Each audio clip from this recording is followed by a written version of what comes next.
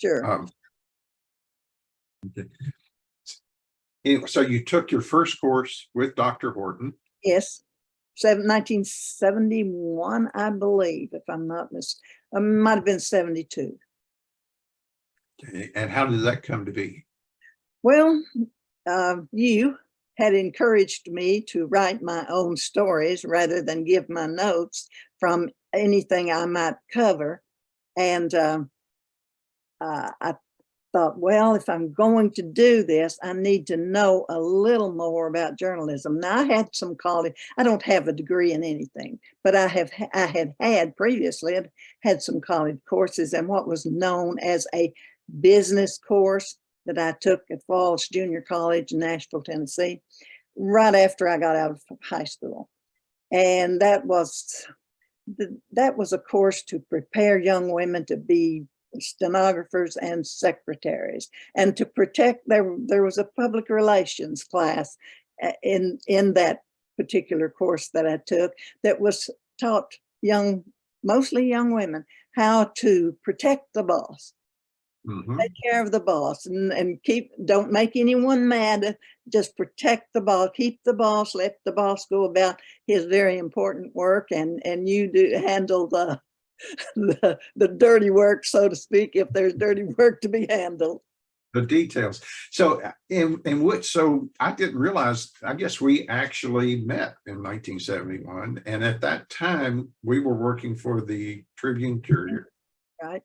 And you were calling in city council meetings, and I had a conflict. And you did the Calvert City meetings, and I did the Benton meetings, I think. And you would call those in and dictate to me, and then I must have said something to you of, why don't you just go ahead and write your own, and I'll edit it. Is that what I said? Something to that effect, yes.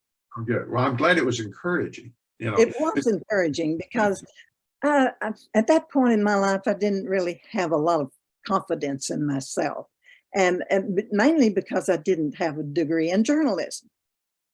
And I had gotten into the newspaper business simply because I was looking for something interesting to do. My children were all in school. Dennis was 9 and Donna was 13.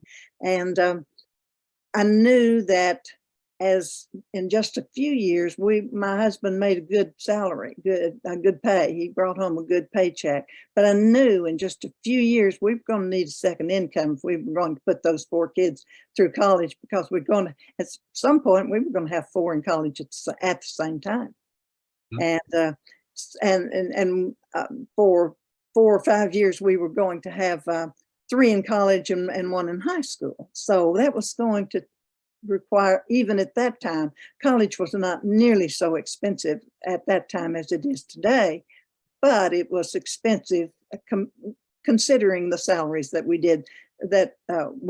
my husband made. And then when I went to work, I called Mamie Nelson, and Mamie and Bill Nelson had started a newspaper here in Calvert City, a weekly called the Calvert News. Mamie and Bill owned the Tribune-Democrat. And Walt Deere, about 1969 or 70, bought the Marshall Courier.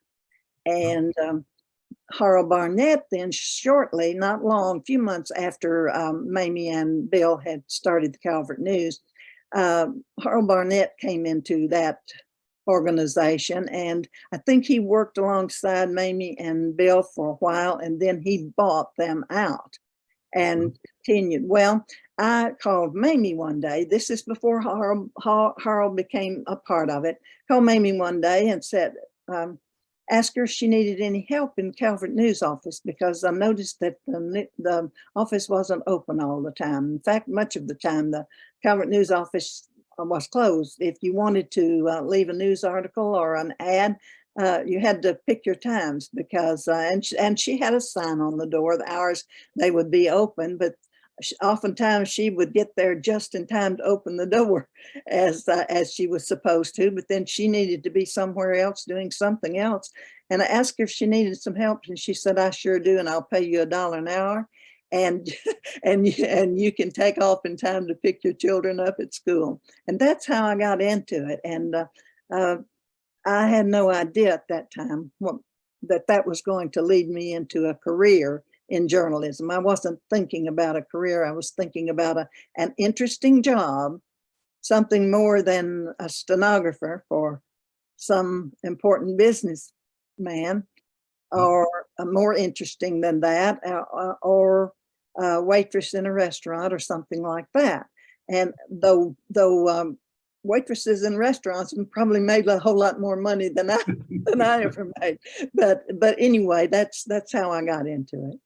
Well, and maybe we probably should explain for people that are listening to this or watching this that these were weekly newspapers. Yes.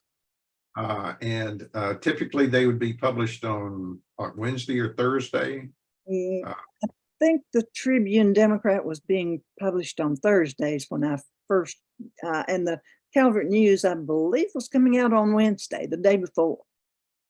And it wasn't uncommon in we both have to confess up, this has been like 50 years ago. It wasn't uncommon for communities the size of Marshall County to have 2 or 3 weekly newspapers. Right, it was not. Yeah, and so reporters like you and I, I think some people have some kind of concept of reporters is that, we were out there searching for the big story and all of that. But the reality is you might want to explain what all you did write in those days.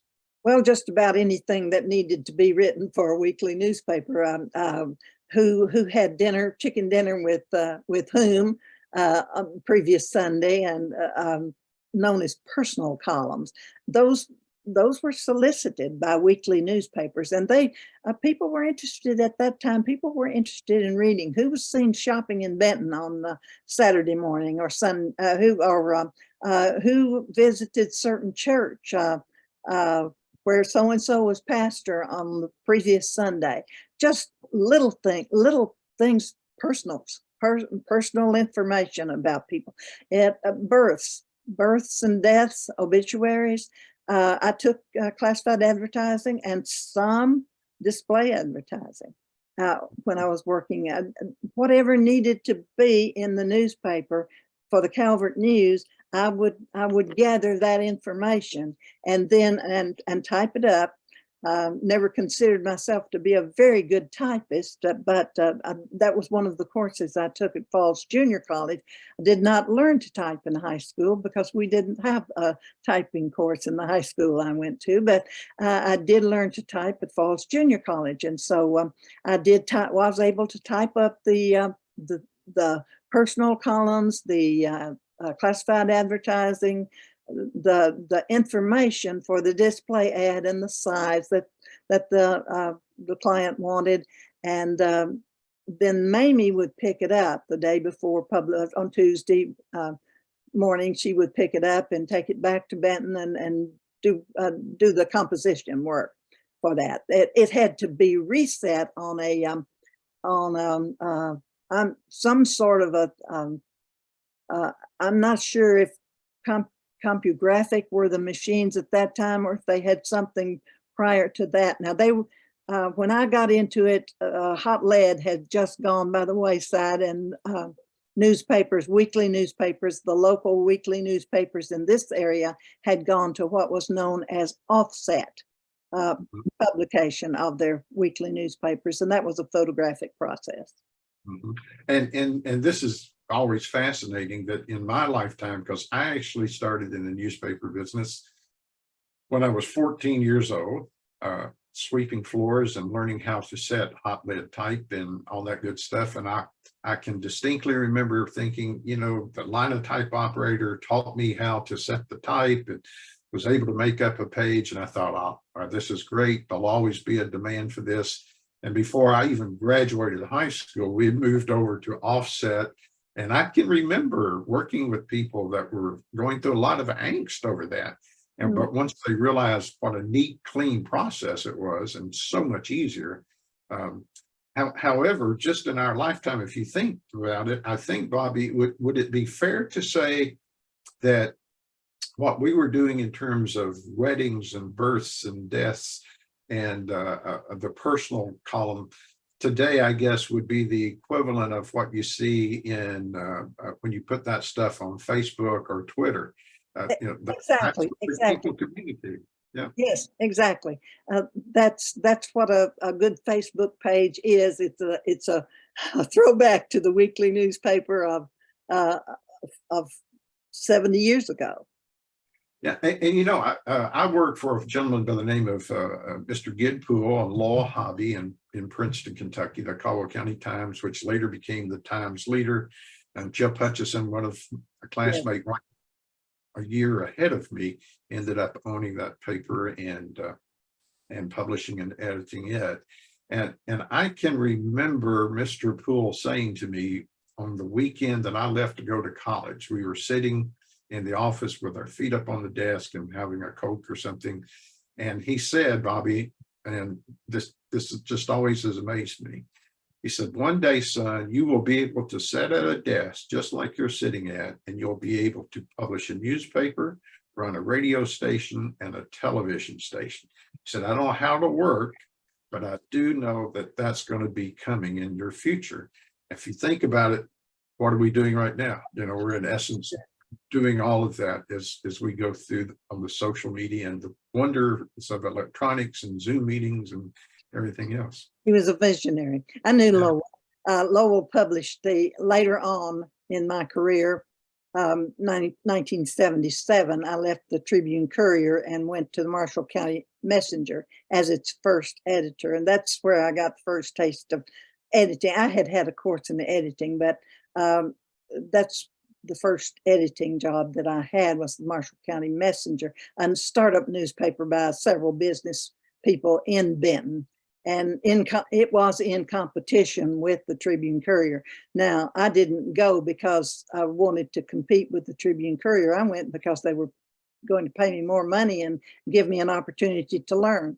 Yeah, and isn't it interesting that in those days, in the 70s, it wasn't uncommon for business people to not like what this newspaper was doing. So they would get their money together and start another newspaper. That was not an uncommon thing.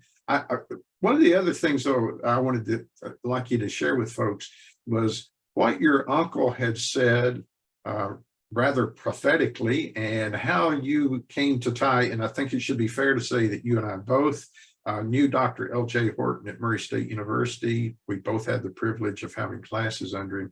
And Dr. Horton is certainly a legend at Murray State. But would you explain to us how Dr. Horton and your uncle and your career all fit together? Okay, well, after you encouraged me to write my own stories, and I decided that I needed some training in journalism, and I took a course from Dr. Horton.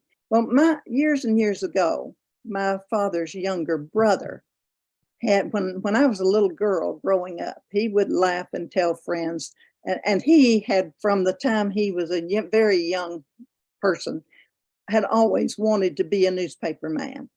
And his name was Edward Milton Freeman. My daddy called him Bud, and college people called him Ed, and that became his nickname. And he eventually became, he worked 36 years for the Nashville Tennessean as a reporter, then as night city editor, and then as managing editor. The last 12 years of his life, he worked as night city editor and died on November the 1st, 1976. He was just 61 years old. He had worked all day the day before at the newspaper. Anyway, Dr. Horton, I took a class from Dr. Horton, and my father had also taken classes from Dr. Horton in 1928 at Murray State Teachers College.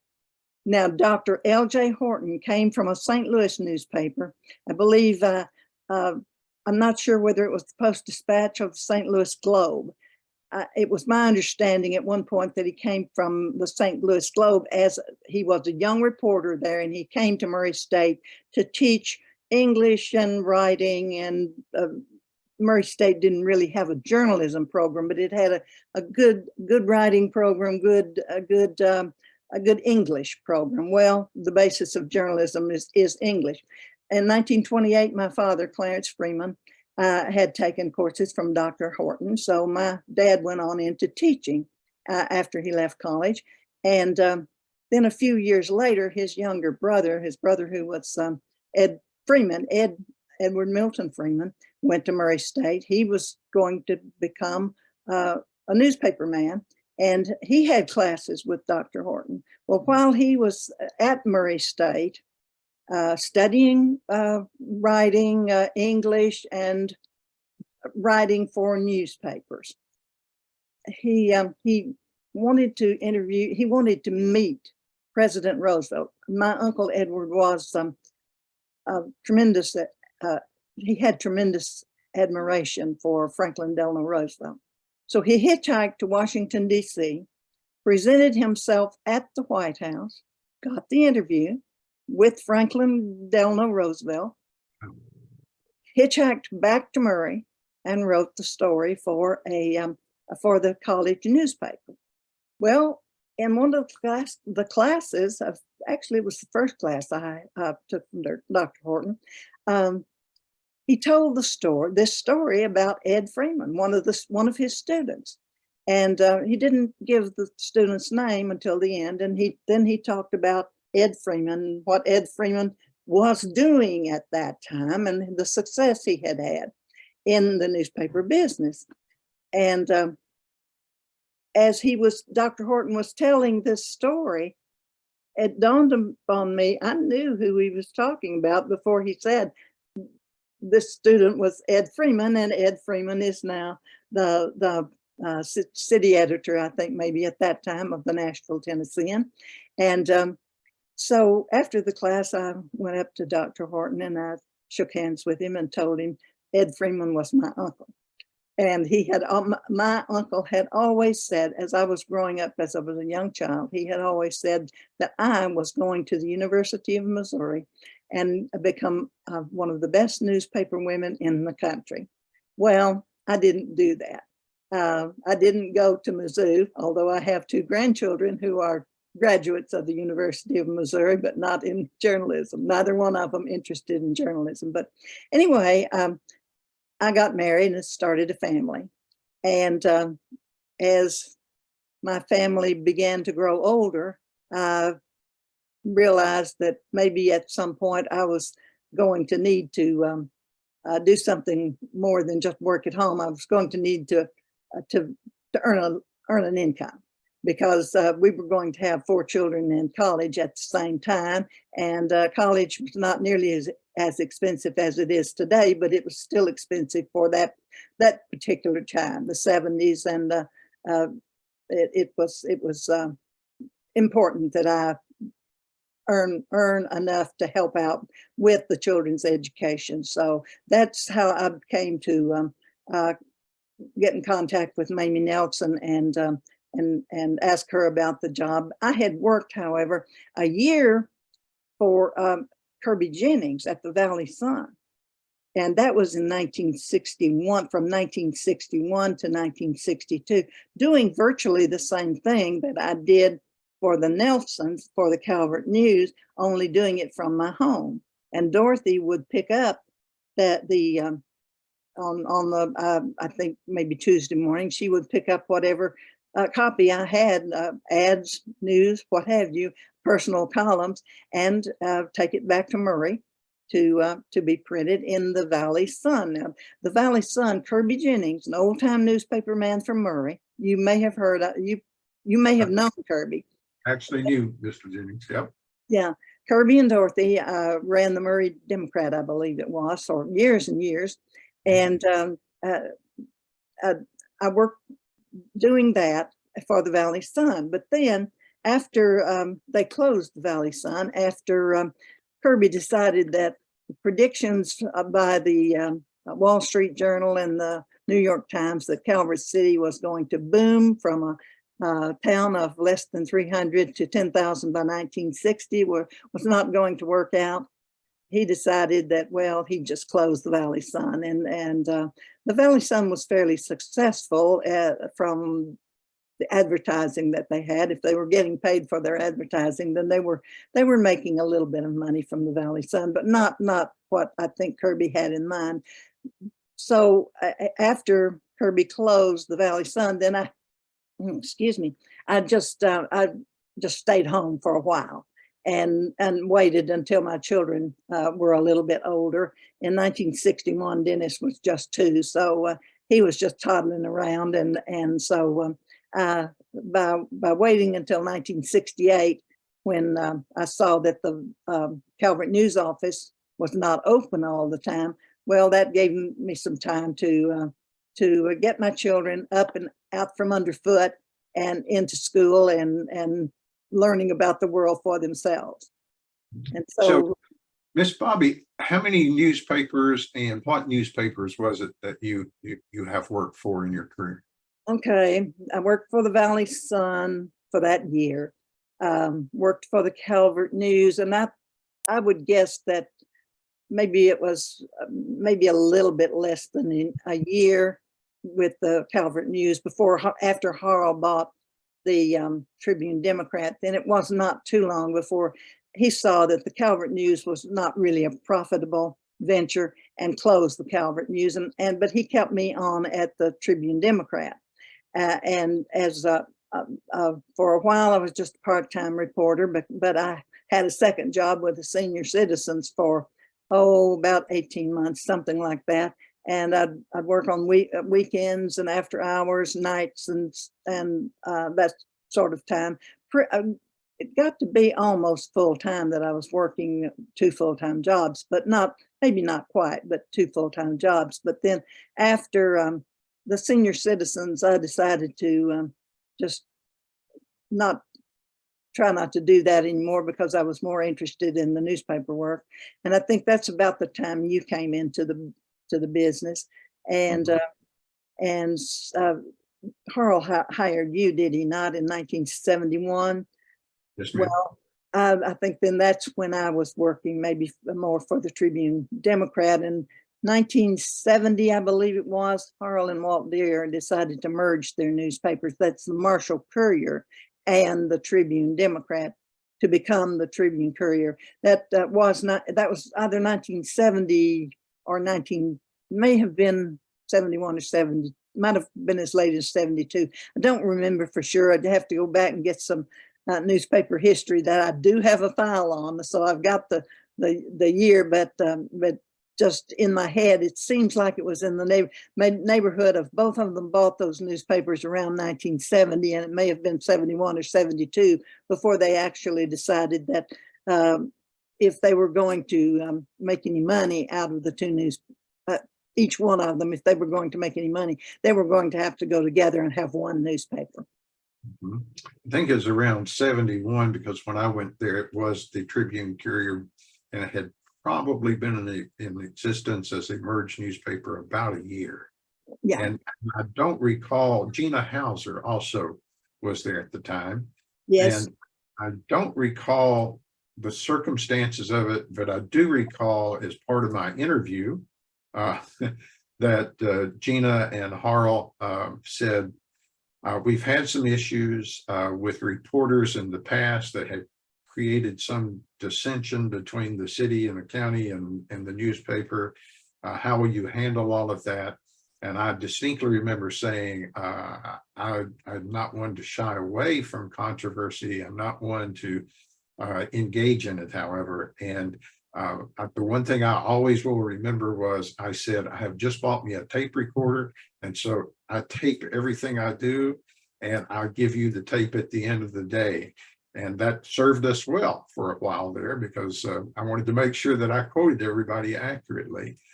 So you eventually became the editor of the Tribune-Courier, right? Yes. In February of 1980, I was named editor. That was after, it was after I had worked for 17 months for the Marshall County Messenger. Things were, I just didn't feel that I was really doing the job that I wanted to do. There were issues that, and And I just felt like that it was best for me to leave and do something else after about 17 months with the Marshall County Messenger. And that newspaper continued on for until about I think it was 1984. But anyway, I left in March of 1979. And the week after, there was no mention of me on the publisher's statement in the newspaper as editor. Wade Bourne, who was editor at that time of the Tribune-Courier, called me and asked me if I would come back. And I asked him, I said, Wade, how are people going to feel, the other employees there, how are they going to feel about me? And he said, they're going to feel fine about you. We would like to have you back. And I said, well, I'll think about it and I'll let you know in the next day or so. And the next day I called him back and said, I'll take it. And so I went back, excuse me, I went back to work for the Tribune-Courier with Wade Bourne as the editor on Tater Day, 1979. And then Wade left about 5 or 6 months after that. And you know how Wade's career progressed and what a successful career he had in radio and writing for national magazines and that sort of thing. Outdoors was Wade's forte and what he loved to do. And Ben Stackhouse became the editor after Wade left, and Ben had been the sports editor. In the time that I had spent, the 17 months I had spent at the Messenger, the Tribune-Courier had hired a sports editor, and it was Ben Stackhouse. And I'm not sure where Ben was from, but I don't think he was from Kentucky. And he took the editor's job after Wade left. And I don't think editing a weekly newspaper was Ben's forte. He stayed about a month and he got a job with the Sun and went to the Sun. And that's when I was asked to take the editor's job. And I started in February of 1980 and stayed until Walt got tired of me in 1987. July the 31st, 1987 was my last day. And I wasn't sure after at the Tribune as editor at that time. Wasn't sure whether I'd go back into newspaper work or not. So my husband and I had not taken a vacation in the 7.5 years that I had been editor of the Tribune, but because I had about probably on the books I had about 3 weeks vacation every year if I want, but I didn't feel like I could take that time off. I was doing a lot of the writing myself. It was hard to keep reporters because people needed to make a little more money than weekly newspapers could pay at that time for reporters. And it was very hard to get good reporters. And I wanted someone who, not necessarily a person who was a journalism graduate, but I wanted someone who had some training in journalism because I understood the need for it because I had been that route myself. And so I wanted someone smarter than me to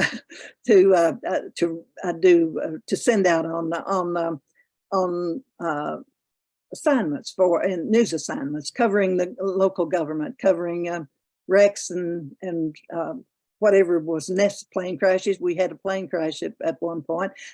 Fortunately, in fact, we had 2 plane crashes while I was editor, and fortunately, no one was seriously injured in either one of them. So one of them was my brother-in-law.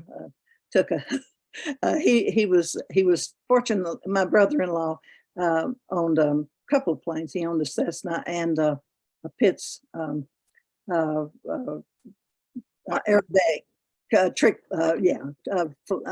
plane, and he crashed the Cessna, not the aerobatics plane. So anyway, we had the other was crop duster, and by the time I got out to the field where he was dusting, he was standing out on the wing. So he was not injured seriously, but I wanted good reporters to cover that type of thing and the governmental meetings and that sort of thing. So I worked 7.5 years, that first stint at the Tribune-Courier. Then after that, my husband and I decided to take a couple of months and just travel a little bit. And so we drove from coast to coast a couple of times and decided we'd like to stay at home for a while. And during that period of time, Francis and Charles Backus owned the Herald Ledger in Eddyville, and Charles needed surgery. And Francis knew that I was not working, and I stayed in contact with a friend. Francis had been a friend for a long time, and I stayed in contact with people like Francis and Judy McGee, an old-time newspaper woman, and from the river counties in Kentucky, Western Kentucky, and stayed in touch with those people throughout my career. And Frances called me and said she needed some help. CL was in the hospital and she needed some help in the news department. Frances did the selling and the composition of the newspaper, and CL did the news and editorial side of it. And so he was not going to be available for a while. So I said, okay. So I went to Eddyville to help Frances out, and didn't feel comfortable taking CL back to his place, but anyway, CL, as soon as he got home, he was very encouraging, and he decided he didn't want to come back to the newspaper. So I stayed 3.5 years. That was fun. That was a really fun working with Frances, and she had 2 other women working for her. One who did advertise, made up ads. We at that time we did what was called paste up. We were in the offset printing, but you didn't paginate your pages. In other words, you did not build your page on a computer. You built your page on a layout board by pasting, setting the columns a certain width, and then pasting them, running them through hot wax and cutting them the margins and pasting them onto a grid to design your newspaper page. And so that's what I was doing to help Frances, and I was doing the news, covering the news for her. And after CL decided he did not want to come back to the newspaper, and then Frances sold the newspaper in September 1991, and after that I did not. Walt Deere bought it, and so I thought, well, I need to find another job. So I picked up the phone, and I had kept in contact with people at the Paducah Sun. And through the years, I had become friends with people from the Paducah Sun. Carl Harrison was the executive editor at that time. Carl was a Benton boy, and I had known him for a long time. And I picked up the phone, called him, and asked him if he might need a reporter. And he said, when do you want to come to work? So I went to work for the Paducah Sun in March of 1992, and worked until I turned 65. And I thought, well, maybe I should take some time off, and maybe my husband was still in good health, and maybe we'd do a little more traveling. So I did partially retire for about 3 or 4 months, and we did some traveling again. We love to travel by car, and if we decided on a Friday we wanted to go somewhere, well, we just pack a couple of bags and get in the car and go. And we would, if we found something interesting along the road, we'd stop and visit, and maybe we'd stay in that community, or maybe we'd move on to something else a little more interesting. But anyway, we did that. We did that for a little while, and then after that, I did some part-time work for the Paducah Sun, and 14 years to the day after I left the Tribune-Courier as editor, Jim Paxton asked me to. I was in the office doing some part-time work for a special publication. Jim Paxton asked me to stop by his office before I left, and so I did. And he offered me the job as editor at the Tribune-Courier. And I went back in August of that year as editor of the Tribune-Courier, and stayed until Ray became ill. And I stayed 20 months as editor that time, and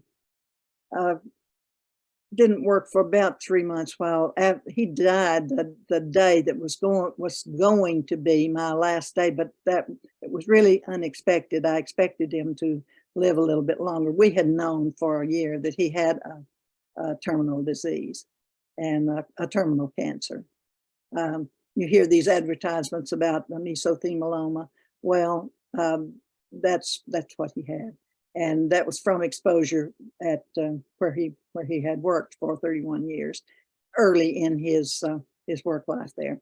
But anyway, after he died, there was quite a bit of work to do to take care of his records and his possessions that I didn't really need to keep. A lot of things I did keep, but things that you need to get, you need to let someone else have for a while, or the children took part of the things, and there were other people. And then we had a little yard sale, and just some of the things that he didn't particularly want, and paperwork and things like that, that he had run a newsletter for a military organization for about 12 years of his life. So there was a lot of paperwork to dispose of at that time, and going through all that sort of thing and deciding what would be good to keep for the children to have as information about what their dad had done, and what was just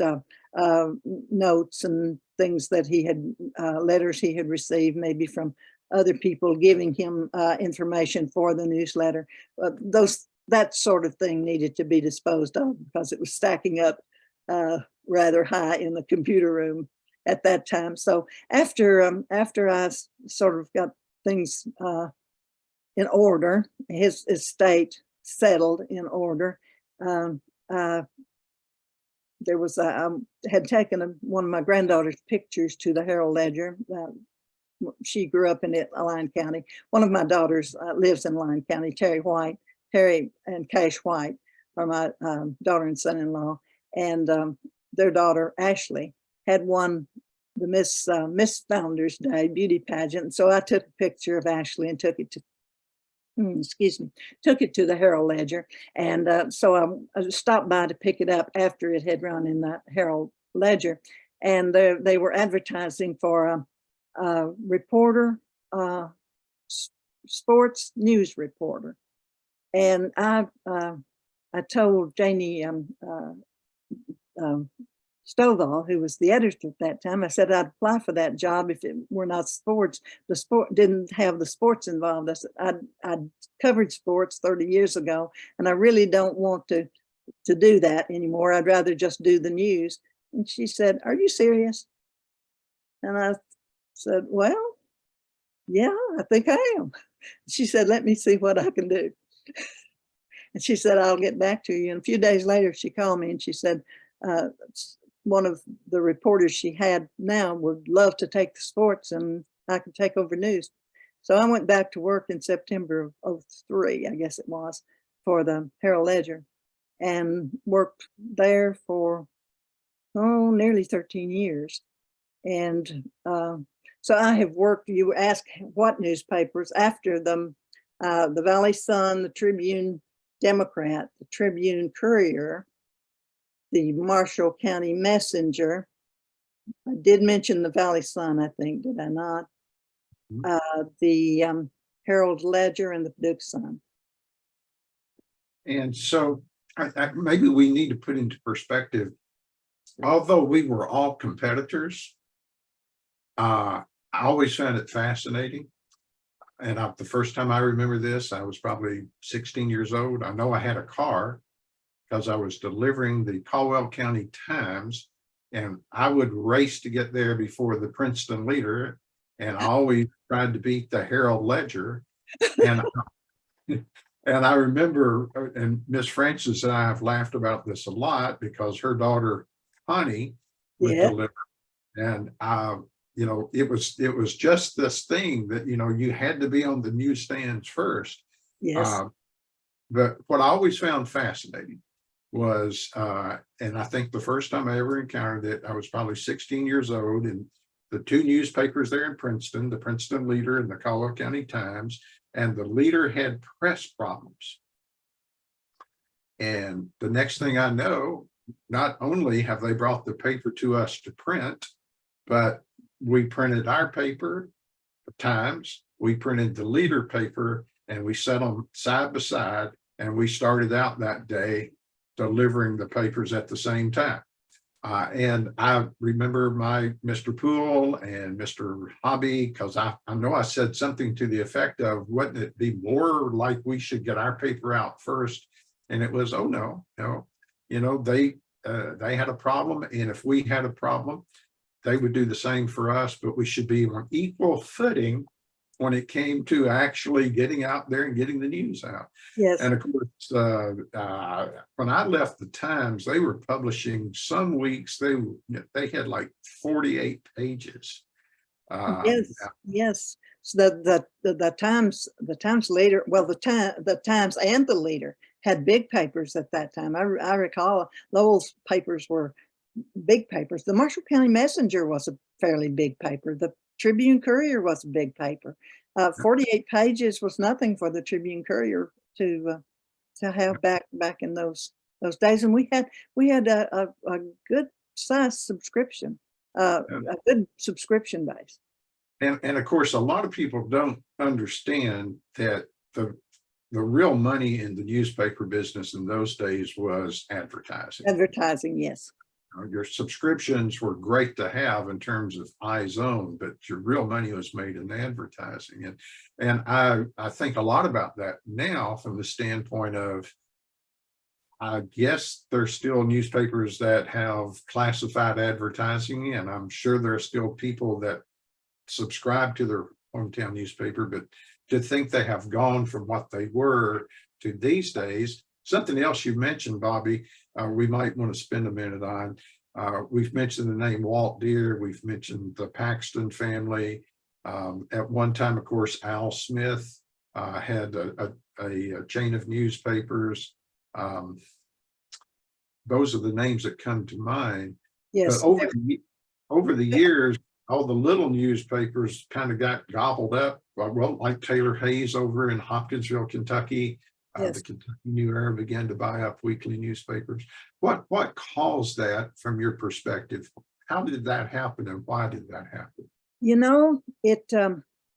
It has puzzled me for a while. I know Fred Paxton. I thought the world of Fred Paxton. He was the publisher when I first went to the Paducah Sun, and then his oldest son, Jim, became the publisher after Fred retired and stepped away and let Jim do it.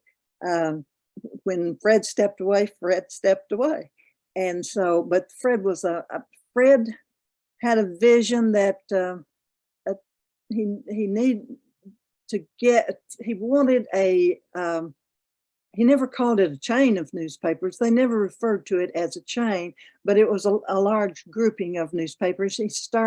Fred started, I believe it was Fred who started the buying of newspapers, and I think he started buying in Arkansas, and they owned a paper. I believe they owned a paper in Rensselaer, Indiana, and I could be mistaken about that, but they owned several papers before they started buying up the weeklies around.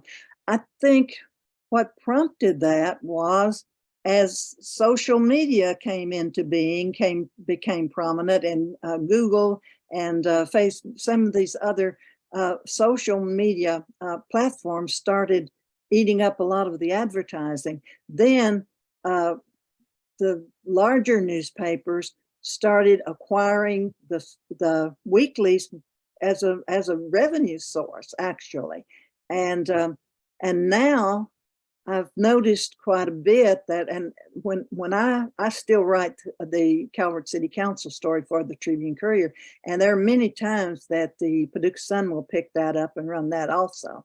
And so I think it's a revenue situation. I think it's a way of survival.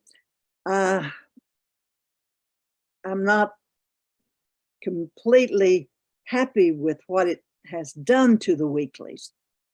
The weeklies are not the news source that they once were.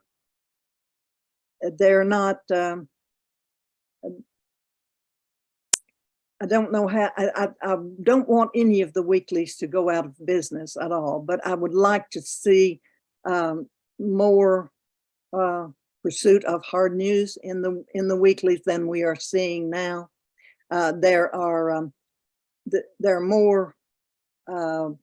more feature stories that make the front page, and I'm not opposed to a good feature story making the front page. I think that's fine, but I think that the hard news, your governmental news, your information that the public needs about what their city councils and their fiscal courts and some of the other boards, perhaps the refuge board or the library board or some of these other boards should be covered as they were when I was editor. Now, maybe that's just because I was the editor. I thought that was a good way to do it, to cover those boards and let people know that those boards existed and that the library, for example, was not just running on its own. It had a board that was running that organization, that had the health department and the hospital board and all of these things. That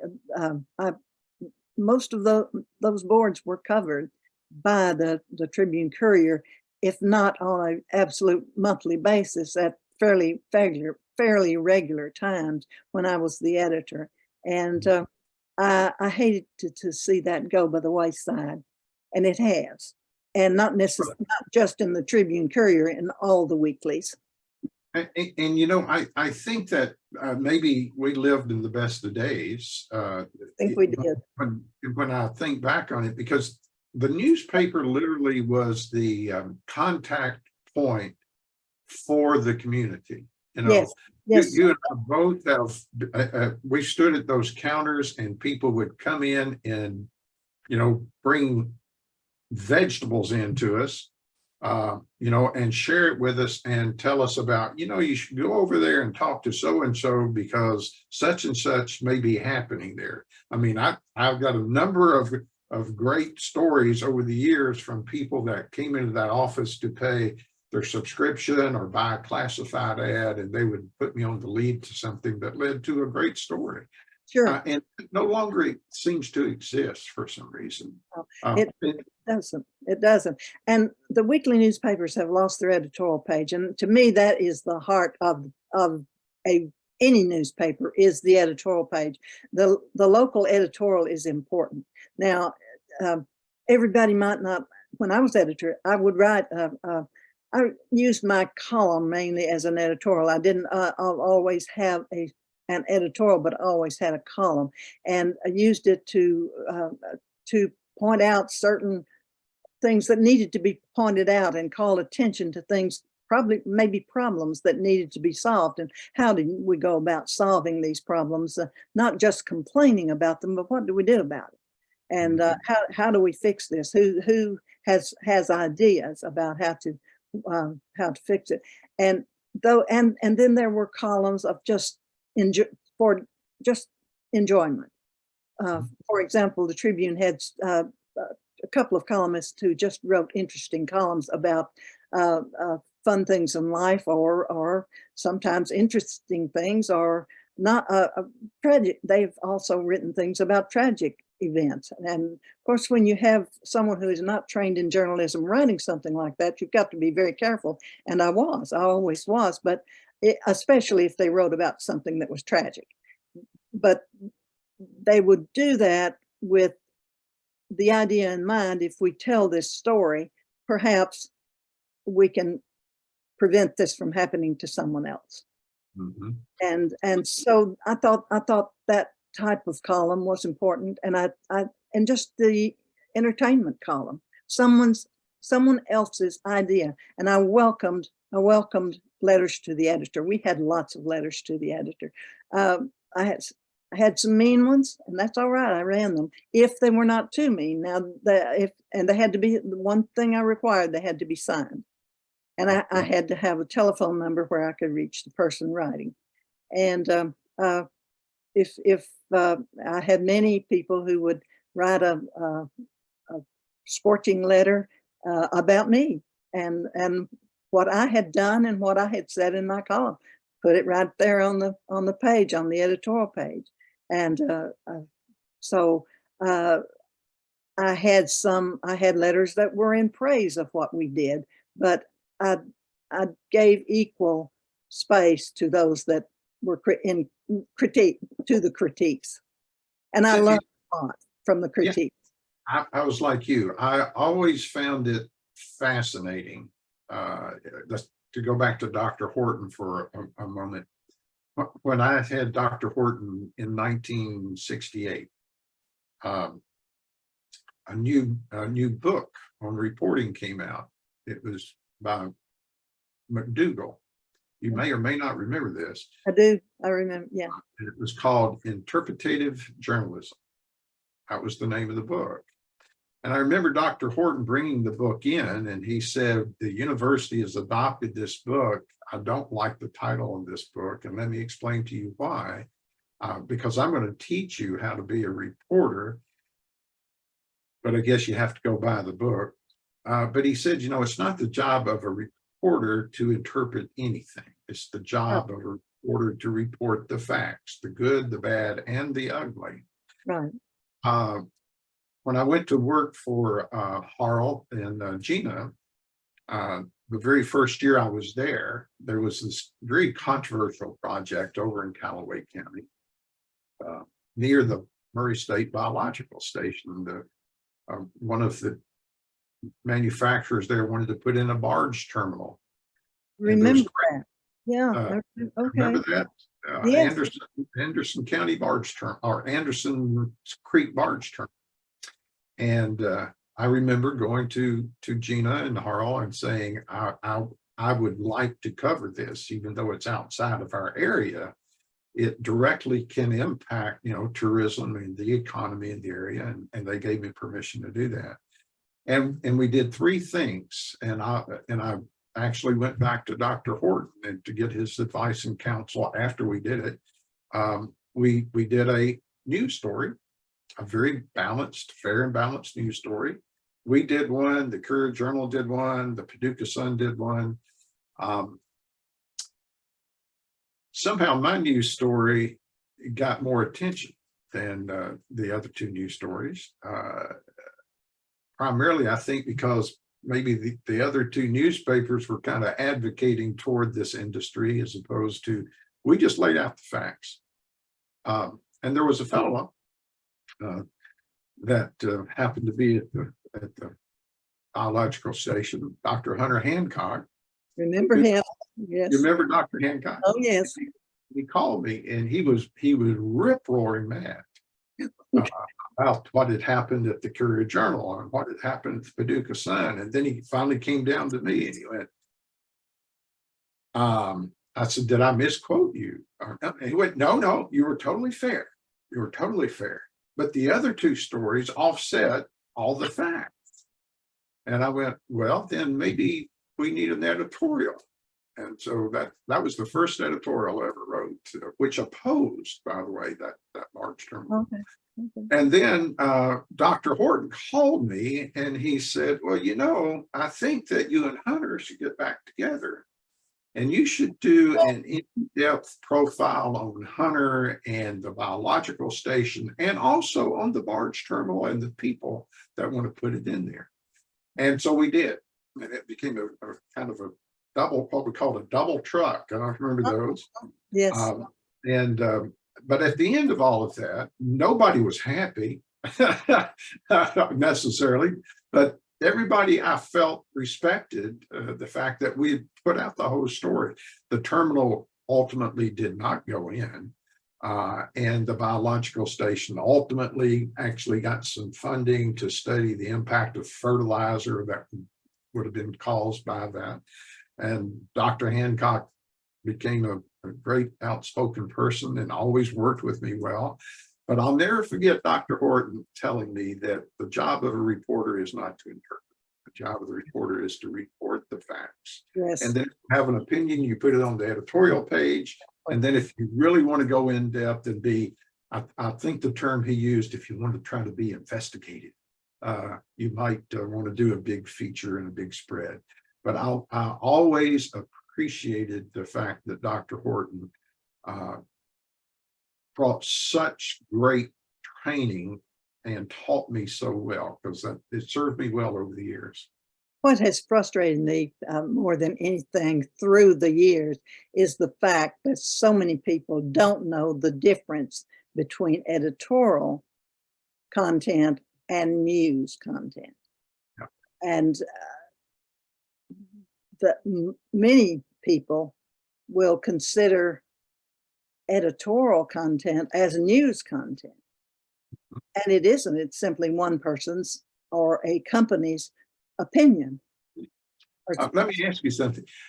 Did you ever encounter the classic, somebody else wrote the headline? Oh, yes. Oh, yes. In a few minutes explaining the difference between headline writers and the reporter and how that works. I'm sorry. I said, explain for a few minutes the difference between, who writes that headline and who actually does the reporting of the story. And many times it's not the reporter that writes the headline. No, that's true. It will be an editor somewhere along the line. And at the daily newspapers, they used to have several editors. I know that when I worked at the Paducah Sun, my stories would go through more than one editor before it got to the page. And I think at times maybe there were at least 3 editors who would read that story before it. And I'm sure Jim read everything that went into the newspaper. Maybe 2 or 3 editors before him, and then Jim the final had the final say on what went into the newspaper. Well, I wrote my story and I filed my story without a headline. Well, an editor somewhere along the line, maybe a copy editor somewhere along the line would write the headline. Well, that copy editor had less time, didn't have time to read the full story and maybe grasp the nut of the story, and so the headline would come out absolutely saying the opposite of what the story said. And I've had that happen to me more than one time. Before I became editor at the Tribune, I've had it happen at the Tribune. I had it happen at the Paducah Sun, not terribly often, but I have had it happen, and I still have it happen on occasion on stories that I freelance. And of course, we all know, if you've been in this business, that big bold headline, especially if it leads, it's going to lead. It's going to be above the fold. We all learned that early on, I guess. Yes. And the more dramatic that headline is, the greater the opportunity they're going to buy that newspaper and see what's there. Absolutely. So, well, Bobbie, I thank you for taking the time to bring us up to speed and look forward to our next visit. Hope I haven't wandered around too much. Hope it was interesting. Yes, absolutely. And so we'll pick up next week, and we'll look into Tom Rickman. Okay, sounds good to me, Daryl. 1 o'clock next Wednesday. Yes, ma'am. All right. Thank you. You have a good week. Y'all too. Tell the family I said hi. I will. Bye-bye. Bye.